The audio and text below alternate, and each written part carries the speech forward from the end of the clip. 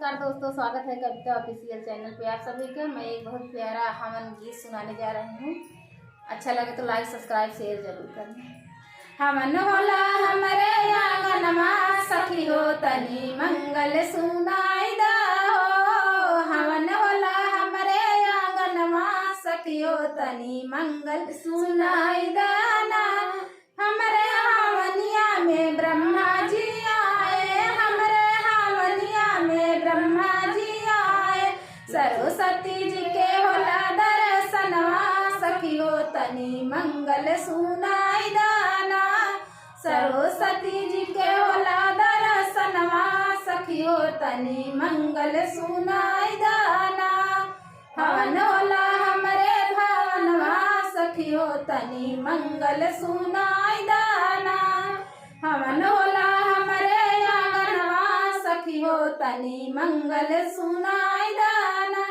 हमरे हवनिया में विष्णु जी आए, हमरे हवनिया में विष्णु जी आए। लक्ष्मी के होला दर्शनवा सखी हो तनी मंगल सुनाई दाना।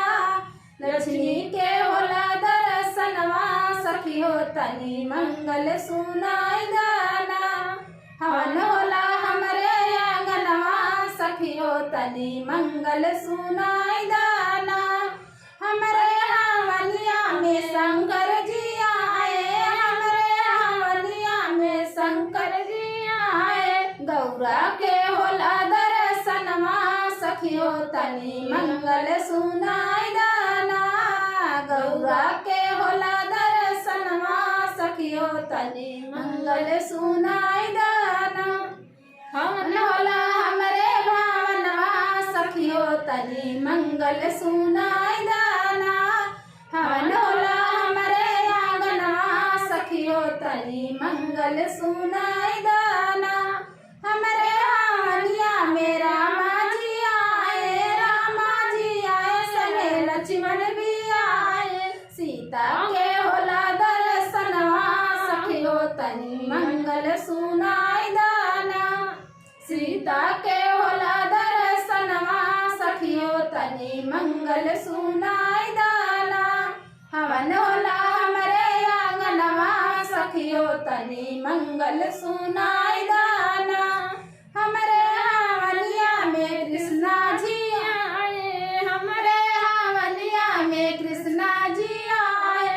राधा के होला दर्शनवा सखी हो तनी मंगल सुनाई दाना। राधा के होला दर्शनवा सखी हो तनी मंगल सुनाई दाना। हवन होला हमरे आंगनवा सखी हो तनी मंगल सुनाई दाना। हवन होला हमरे भावनवा सखी हो तनी मंगल सुनाई दाना।